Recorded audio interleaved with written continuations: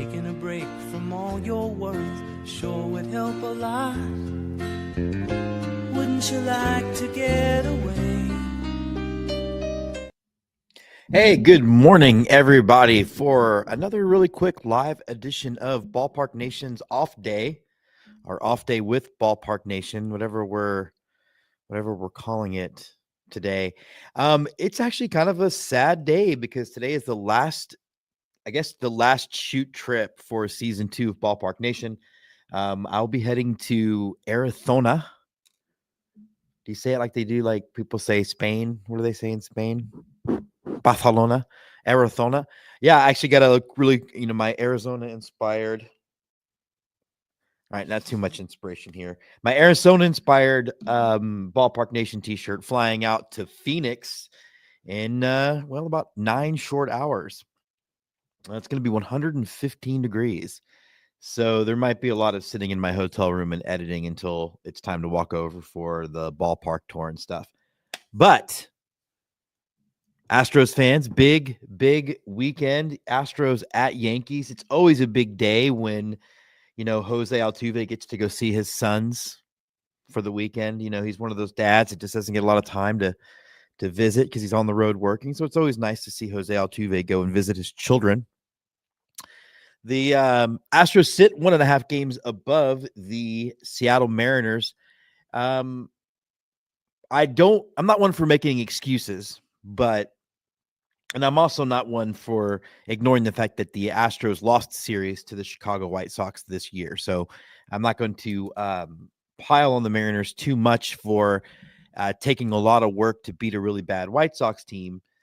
And I'm also not one that believes in the transitive property of sports, where like Miami swept the Yankees and then the Astros beat Miami. So obviously the Yankees series is going to be a cakewalk.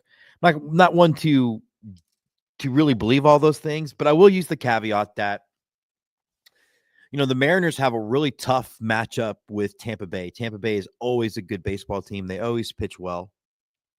And the Mariners almost blew a 6-run lead to the White Sox on Wednesday. And then last night, it took them 10 innings and I think 6 relief pitchers to beat the White Sox in extra innings. Now, I understand why the Mariners went all in on that game yesterday. I mean, obviously, getting you a half game closer is a half game closer, but it does seem like it put them in a little bit of a bullpen situation those last 2 games as they get ready to face Tampa Bay. And I only say all of that to say that, if you take a pulse of the rest of Astros fandom, the 1.5 game lead seems insurmountable to some of our fellow members of the fan base. And I think these things ebb and flow. I think, I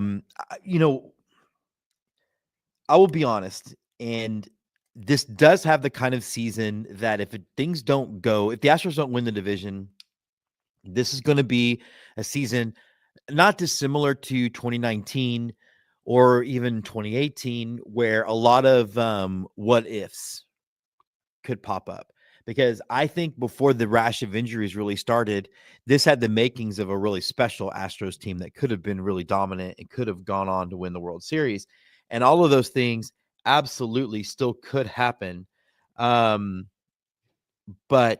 yeah, it's not great. You want to be more than a game and a half up, but it's better than me than a game and a half back. One of the cool things, though, that we did have yesterday, Spencer Arrighetti pitched for your Sugarland Space Cowboys, and I'm definitely not one to put a whole lot of stock in the results of a rehab assignment. I look at that the same way I look at spring training results. Though Spencer Arrighetti had mixed results when it came to who's here? Andy Tom Cheston has joined us. Andy, good morning. Sorry, I didn't have my texty thing alerting me to messages that were coming until about 30 seconds ago. Don't tell people that. You wanted to make an entrance, and my friend, entrance was made. So, Andy, we're talking about. We'll back up a little bit. I was talking about how I don't necessarily believe in the transitive property of sports. That just because the Marlins swept the Yankees, we beat the Marlins. Da, da, da, da. But I will say that. Tell me, yes or no. Does it feel like this game and a half up that we're seeing right now? Does it feel like it's a lot bigger to our fan base than, or does it feel like it's a deficit more than being a game and a half up when you read our fan base right now? Well, I think this time last year we were tied with the Mariners for the division lead, so this is better. It certainly would be better to have the 8-game lead we had, 2-3 weeks ago. Yeah, but I would much rather be in the place we are than one of the teams chasing us. The reality is the Astros have their destiny in their own hands. I know you were talking about transitive property a little bit, but every series is its own thing. I don't think anybody expected the Astros to necessarily get swept in Boston. They did. Because of that negative momentum, people assumed we were going to get run in Miami if they were paying any attention, because up until that series, Miami had won like 8 in a row, in like 6 series in a row. I mean, they had a bit of momentum going. They had the second best record in baseball, I think, for about 6 weeks. Like, it was something kind of dumb, the run they were on. The Yankees have been scuffling since before the trade deadline, and it's kind of hard to know which team you're going to see. Judge is back, so that certainly helps them. But I don't think you can look at a series that was played 2 weeks ago between two teams and then extrapolate what's going to happen this weekend because of that or because of this. I will say that both the Yankees and the Astros are teams that desperately need to win the series this weekend. And so it'll be interesting to see what level of baseball is played out of that desperation. Yeah, the Astros have Hunter Brown on the bump tonight versus a guy that Yankee Nation wanted to name the heir apparent in something called a Schlitter, and now they want to DFA him because that fan base is as rational as our own. Great. And then, we've got Framber on the bump tomorrow. I don't think that you're going to see the same level of – he tends to respond pretty well the game after a meltdown game. Yeah, and I think the real big thing for the Astros this weekend is they have to be competitive, and I don't want to say you have to win, but you have to be more competitive in Hunter Brown starts and Framber Valdez starts than we have been over the last several weeks, because you literally don't know what you're getting the other 3 turns out of the rotation. Yeah. You might have an incredible performance. You might have a really crappy performance. We've had very few that are in between those two things. Those 2 guys have to carry the load until somebody like Arrighetti can get some wind under him, get a little bit of confidence, or Javier comes back and he's going to be on kind of the same path that Arrighetti's going to be on. So there's going to be 3 starts every week where the rotation is trying to piece something together with bullpen pieces, with long guys. I think you're probably going to see a couple more opportunities for an opener type situation going into the stretch run of the season. But we've got to win games where Framber and Hunter start. There's really no excuse. Yeah, I kind of wish that they had rolled with the Hunter thing for Arrighetti's start as well. I think you would have given him a bit softer landing. And I know, like, on the one hand, yeah, he's a starter, but the Astros piggyback all the time. That's something those guys have done when have been in the minors their whole careers. It might have been a smarter idea to just get like somebody like Okert to get you through the first 3, and then whatever random pitcher we're grabbing off the Braves scrap heap these days, let him start the game. Yeah, Dana probably be a big thrill for. I bet he's never started a game. Dana Brown has been has definitely been at the goodwill of his former franchise. Mariners did sweep the White Sox, and I could be that guy and say, well, it's the White Sox and it's the post trade deadline White Sox where they did do some liquidating. But what I take away from that, as far as, again, there's this now opinion of, and maybe it's a rationalization, Indy, that we don't want to realize how bad the Astros have been. So we just assume that the Mariners in that time have been juggernauts, but really, I think they were 14-12 in July. Yeah. And They've had a good week, but when we recorded on Tuesday, they had been 5-5 in their last 10 games. I mean, and so had the Rangers for that matter. The problem is the Astros went 3-7. Right. Yeah. So they have not been exactly. I mean, there's a world where if it had been a better team, we'd be 5 games back, like with how bad the Astros have been. And so I look at this series with Tampa Bay, and I see that Tampa, I think, is going to have a better starter on the hill every night, every game of this series. And then you look at what the Mariners had to do with their bullpen the last 2 games against the White Sox to get those wins. I mean, there's a real world where the Astros come out of this weekend back with the lead back up to 3 games. Yeah, I mean, that's certainly within the level of possibility. Again, it really depends on which Yankees team is going to show up, how much Judge is all the way back. This unfortunately won't be October Judge that we're facing, so he's likely to get a few hits against us. But the Astros just have to play well. Again, the position they're in, being a game and a half up, means if they win, other teams can't catch them. They just have to continue to win. The math is in our favor from that perspective. We just haven't seen consistent good baseball from the Astros since July 4th, and that's probably the most disheartening thing. I don't think the Mariners or the Rangers have necessarily done anything to take a commanding presence in the division. We've just played down for almost a month now. And we've allowed those teams to get back in it and feel comfortable about it. If the Astros start winning again and hopefully having these new guys in and solidifying now over 2 series and going into kind of what is a bigger stage, whether we agree with that or not, Yankee Stadium is a big stage. Hopefully that offense starts gelling a little bit because the Astros have gotten hits. I know we were talking about pitching a minute ago.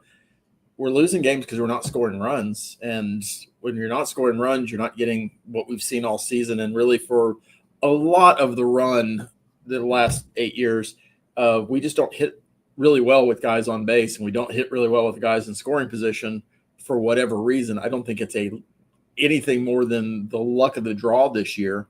But they've got to start figuring out how to get runs across the plate.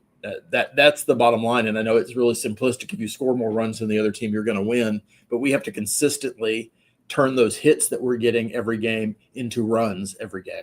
Well, it's kind of funny looking at the rest of the schedule too. Like what a difference a day makes. So the Seattle wraps up their last game with the White Sox, and all of a sudden they propel to having a much more difficult schedule than what the Astros have the rest of the way. And you look at, again, I go to Tankathon, and they actually have Tampa Bay as 6 of their easiest games, which I think has got to seems wrong to look at it that way. But, the Astros are going to begin one of their toughest weekends. And then and I see Seattle actually losing a series to some of their easy ones. I still think there's a world where the to your point, this is really on Houston. This isn't about what other teams do. If the Astros can snap out of it and get going, and, I was at the series in Boston, Andy, that was a lot of stepping on your own dick. Like, just like with, just like the other day when they could have come back and beaten the Marlins, there were opportunities at least to have won both games 1 and game 2 in Boston. No, it was 1 and 3. Sorry, it was 1 and 3 when Fromber was on the mound. This baseball team is nothing about this baseball team should be seen as a negative if they just play up to the potential that we know this team has. Yeah, and I think there's some positive signs. We talked Tuesday about Christian Walker batting 808 or posting an 808 OPS over the last 30 days. Didn't do quite as well in Miami as you would have hoped, but still was on base a lot and got a couple of hits. Yainer Diaz is starting to hit. Love to see him elevate the ball a little bit more because those ground balls tend to kill us at the worst possible times. But yeah, he's making contact, which for him will translate into X-rays hits at some point. And then Jeremy Pena has come back and just rolled out of bed and started hitting again, which is fantastic news. Those 3 things, if you continue that into September, that puts us in a really good position. Altuve is going to hit in September. Correa appears to have found, at least for a small period of time, some renewed vigor and energy around his game. I do think there is something to, learning a new position on the fly that kind of helps keep you focused in a lot of different aspects. And I think also having a chance to win games where he really didn't in Minnesota this year. I think when you're playing losing baseball, that kind of wears on you after a while. Yeah. He appears to be re-energized by rejoining Houston. And the fascinating thing about the Correa thing too was him not wanting to play short on on Thursday. Yeah. Or Wednesday, excuse me. And he's like, because he talked about he didn't count on what a less toll on his body playing third base would take. And I wonder how much of him, I wonder how much we're going to see that in his offensive production increasing the more that his body doesn't feel like it's completely beat up. Because for better or ill, he was always one that was very sensitive to how he was feeling about everything. Not necessarily a bad way. He was just very aware of himself. Not in the Jordan way. Not in the Jordan way. But he's the kind of guy where he's a finely tuned machine, and if you feel like that machine is out of whack in any way, it can affect everything else. Versus if you feel like the machine is humming along perfectly, you're going to see that affected in other parts of his game. Yeah, going back to Christian Walker for just a second. In July, he posted an 833 OPS. In August, so far, I know it's only been a couple of days, but 1.042 OPS. So Christian Walker is doing everything he can to overcome the April through May that he had with this club. And I think he's getting a lot of unfair stuff. So if he starts hitting or keeps hitting, I guess the case would be, like I said, Yiner's coming back. There is this world where we see Jordan Alvarez in this lineup at some point before the playoffs. I hope that's true. There's Jake Myers potentially coming back, and I wouldn't have said this 6 months ago, but Jake Myers would be an upgrade in center field right now over what we're putting out every day. So there is the opportunity not only for the team as constructed to continue to win, but have some things they can look forward to that will improve the lineup in 2, 3, 4 weeks. The rotation hopefully is going to get better. And I think going forward, that's really my big question is what do you do in those other 3 starts every 5 games? Because it has been a lot of spit and bailing wire so far. And so far it's worked more than it hasn't, but I just don't know that that's maintainable. So if there's something that would give me a lot of pause, it's what do we do from a rotation standpoint the rest of the way?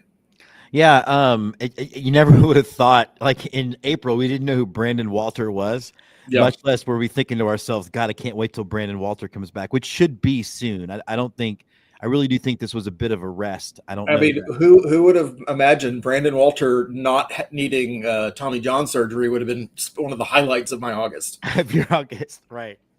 Yeah, no, I mean, and really and truly, but he's an asset. Although, I really want them to bump up Jason Alexander to start in New York. It's just too perfect. It would be on regular rest, and he's pitched well the last couple of games, and I just need to see Costanza on the mound in New York. Yeah. We're in cotton, Andy. It breathes. I don't know if I'd hire as my latex salesman, but I wouldn't mind seeing him take a turn in the rotation. I wouldn't either. Yeah, I mean, because Colton Gordon's been pretty objectively awful. And, I wouldn't be surprised to see that strategy shift a little bit and maybe using – I know that there's a lot of like old school, older than us baseball fans who hate like the concept of the opener. But when you have like what we're looking at now is exactly the same situation that the Rays had when they invented this thing, 5 years ago, where your best pitchers are in your bullpen. And so deploying them in a way that to allow a bulk guy a soft landing by not having him face the first 4 or 5 guys in the order, to me makes sense with the way this current team is constructed. Yeah. Like I said, I think we're going to see it a few more times before October rolls around, because I just think there are too many questions. And even in a world where you get Arrighetti somewhat competent, Javier comes back probably next week at this point. By next weekend, I'm guessing for sure, unless there's a setback. Garcia will be a couple weeks after him, and there's a world where JP France comes back.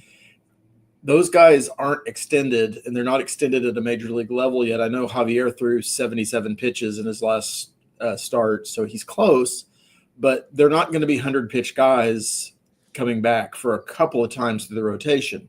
And so you're going to rely more on your bullpen, and we still don't know, let's say Arrighetti and Javier both take places in the rotation. That still leaves a fifth or sixth start every week where you've got to piece something together.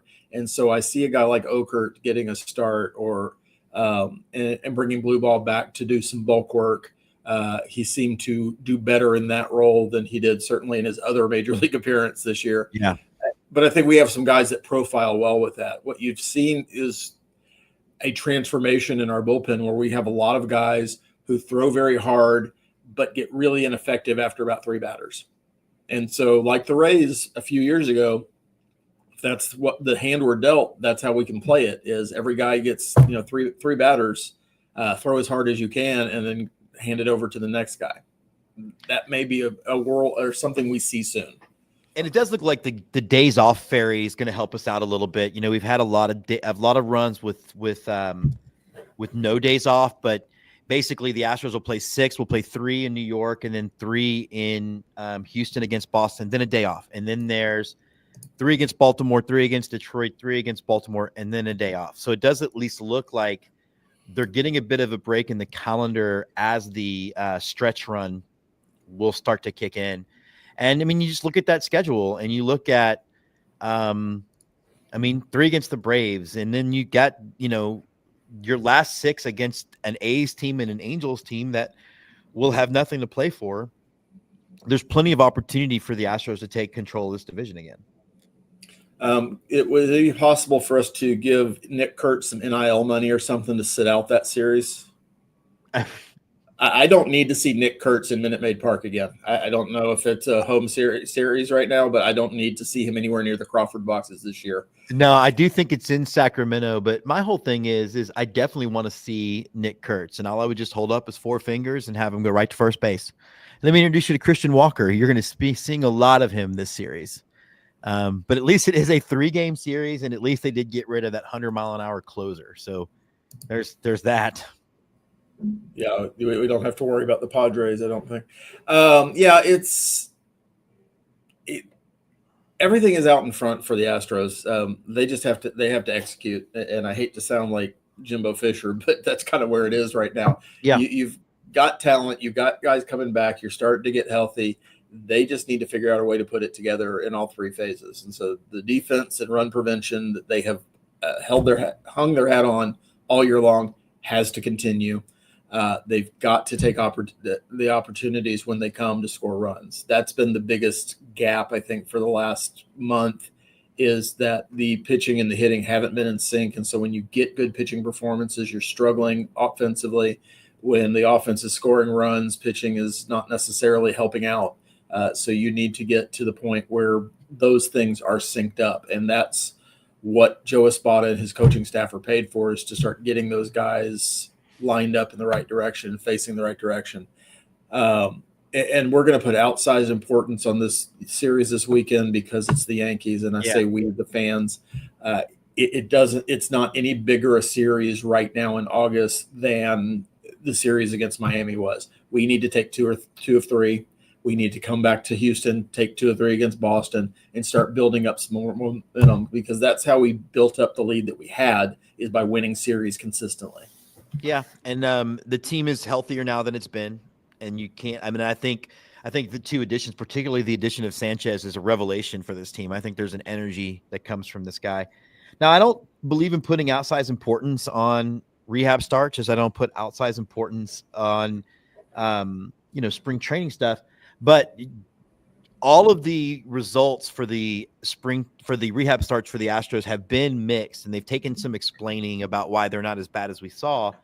But Luis Garcia last night, man, 4 shutout innings. I don't think he walked a guy, which to me is the biggest number of all of it. He's probably got one more start down there, because I think he only got to 70 pitches. But then hopefully we can see that translate, especially up against what should be the underbelly of a softer schedule. Yeah, 80 seems to be the line for the Astros to make that call so far. So I would assume like Javier is getting this week, Garcia is going to get at least one more start in Sugar Land or Corpus, wherever for the uninitiated, wherever they put you in the minor leagues for rehab does not have any bearing on what they think about your rehab progress or when you're coming back. It is simply when is the most convenient travel time for you to start. Right. Yeah. And keep you on a regular and some semblance of a regular number of days off. That literally is all it is. So it could be Corpus, it could be Sugar Land. That's where he'll end up being. It will be interesting to me because some of the people that I follow and trust on the social medias are looking at this new delivery that Luis Garcia has, and it is absolutely fooling AAA batters. I don't know. I can't get a good feel on velocity, and everybody is kind of looking out the side of their eye about this new delivery that we haven't seen before. How is that going to translate? So that will be a very interesting thing for me to watch. I hope it's great. I hope nobody can pick up the ball out of his hand and, we have another invisible guy. I hope Javier has the same success when he comes back. But you're right. You could look at Javier's last start, and he had, I think, 3 solid innings and one inning where he walked 4 guys or something like that. If I'm remembering the last start right, might have been this one before that. But in that one where he walked a bunch of guys, he was throwing a very specific type of pitch in all counts, and all to counts get work on. And obviously, he needed the work because he wasn't able to place it over the plate or get guys to swing at it. Rehab starts are a lot like that. The big things you want to care about from a rehab start is, are you healthy at the end of it, and did you get your pitch count up? Everything else is things that we are not privy to as fans and shouldn't be, because they've been told to work on something during that time. It is not a situation where their only goal is to get batters out. And maybe that is a way that it used to be. The way the pitching lab with the Astros tends to treat these things is a time to enhance a pitch, learn to pitch it learn to throw it in different situations, and learn to trust it. And sometimes trusting it is throwing it over and over again until you get really comfortable with it. And I think you've seen that through a few starts. Now, I'm saying all this knowing that I was justifying some of the things we saw from Spencer Arrighetti in his minor league starts, and then he gets blown up for like 7 singles in the first 8 batters against the Marlins the other day. But if Dubon makes one play and Sanchez makes another play, it's a whole different story. Yeah, there was a lot of blame. Yes, Arrighetti was throwing meatballs, and make your jokes here, but the defense did not do him any favors. And you still had 3 chances to win that game, or at least tie it up, with bases loaded and less than 2 outs, and the Astros scored no runs in those situations. Yeah. When I get into arguments about analytics, guys, and I was, I understand analytics in large scale situations, but the number of it feels like the number of times we've watched the Astros lose a game because they don't have the bat to ball skills that we used to see in the 90s because of how the game was played has been super frustrating, including one of the games against Boston and the game against the Marlins. That's 2 wins when you're now staring at a 1.5 deficit. Those 2 wins are pretty big. I know I've said it before in one of the incantations. There's probably a few different versions of what this show has become. But if you ever want just to be jarred by baseball, watch the Mets documentary that was on 20 for 20 a couple of years ago. And watch guys that are considered very, very good baseball players like Keith Hernandez, Darryl Strawberry, those guys, and how they approached at-bats. You would not recognize what they're doing as an at-bat because it's not just about distance and launch angle and 3 true outcomes. It is, how do I get the bat on the ball in every situation to give my team the best opportunity to score? I understand all the reasons that the focus is on launch angle and other things that they don't focus on now. But you'd love to see a guy in some situations recently choke up on the bat and just get the ball into right field. And you just don't see that as much anymore. And yes, that's my old man moment, because I'm sure, if somebody listening to this is going, well, they don't do that because the stats say the blah, blah, blah. I don't care. And I know, and we know, and like I'm you know, if let's say that, like, here's the, like, if it's a runner on first base and Jose Altuve is up, I'm not asking Jose Altuve to drop a bunt down to get him to second. Now, if you're in a tie game, there's a runner on second with nobody out, I might ask Jose Altuve, who's a very good bunter, by the way, to throw something down, because a sacrifice fly can win the game for you. And I don't see how. I guess I guess I'm becoming more and more less connected to how the game I think should be played. It just seems frustrating to me that that's always seems to be the situation the Astros are in. Well, there's always a lot of, I would do this. If I were, opposing manager against the Astros, every time Framber Valdez was pitching, I would just bunt the ball every hitter, right, because he can't field his position. Yeah. And it's like, well, in that play in Boston, right, where he did that, I think I understand he was out of a sense of frustration, probably still feeling burned by the loss he had the week before, because he didn't feel like the defense was in the right spot. But you had Pena at shortstop in that game. I don't think that was his day off. And then you had Correa at third base. You had a really good left side of your infield. Let them field their position. Let them do their job. Get out of the way. It's like, I love it when there's a pop-up on the infield and you see the pitcher run just to the foul line to get as far away from the baseball as humanly possible. I wish what is the sometimes discretion's the better part of valor. Maybe Framber should look at that. He just reminds me, every time he fields the ball, he reminds me of a baby giraffe, and he has the same arm. So yeah, I mean, that's definitely him. I guess, we're getting close to wrapping up. Overall, your confidence level, though, still. I mean, I still feel like the Astros win the division by 3 or 4 games. I'm not in a panic mode yet. Maybe I am after this weekend, but I expect the Astros to take 2 of 3 in Yankee Stadium, which I know will go against recent history in Yankee Stadium. But this is a Yankees team that's reeling. The Astros have shown more recent signs of life with winning the series in Miami and stopping a team that, frankly, had a lot of momentum going for them.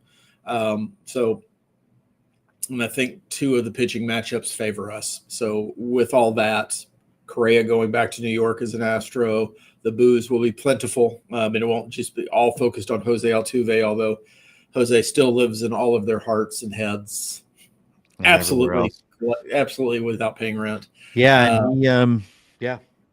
So I am hopeful that the Astros contain Aaron Judge. And if you contain Aaron Judge and to some extent Stanton, because he usually has, if he's healthy, he'll have games against us. But I just think the Astros right now are a better ball club at the major league level than the Yankees, and they should win. Yeah, I kind of wonder if they've not rushed Aaron Judge back a little too early because of desperation, which, I guess maybe you could say the same thing about what's happening with Paredes, although it's a more extreme situation. But I was wondering if there, was something like urgent, because I have my MLB app on my phone, but I have notifications turned off because I don't like knowing what happens in a baseball game necessarily before it happens on my screen. And somehow, even though I have notifications turned off, they let me know that Aaron Judge had been activated from the IL. So this is important, big news. But it also begs the question, did the Yankees activate him or did MLB activate him? Maybe that's how Aaron Boone found out. Just, hey, you have Judge back tonight because MLB app said so. Yeah. And I guess he's just going to DH, right? Because he's got something going on in his elbow. Yep. So, that's not nothing too. That takes away a really good defensive outfielder, because he's a good defensive outfielder when he's healthy. So, yeah, I mean, I'm just not going to I'm not going to start freaking out until the math just doesn't math anymore. But I think the Astros did yeoman's work surviving these injuries, and now these injuries are over with. And I see this thing. It was just like last year, Andy. We were able to predict almost to the day when this team would start rallying and get back into contention. And I just don't see them losing contention. I think they, again, win the division by 3, 4, 5 games.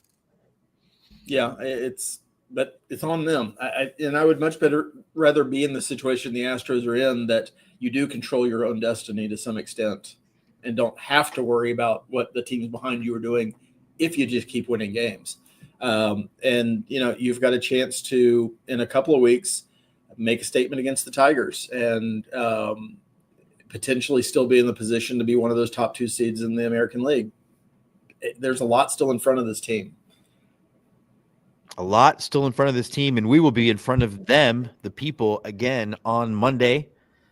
I'm heading, Andy, to Chase Park tonight. My first ever and probably my last ever trip to Chase Field or Chase Park. Are you going in the pool? I've packed my swimming suit. I don't know if the women, you need to get some B-roll of you in the pool. I do. I don't know if the ladies of Phoenix can handle me in the pool, though. I think it's time to find out. I think it's time to find out. They're used to hotness, Jim. That's right. All right, for Andy, I'm Jim. This has been Off Day with Ballpark Nation. Ladies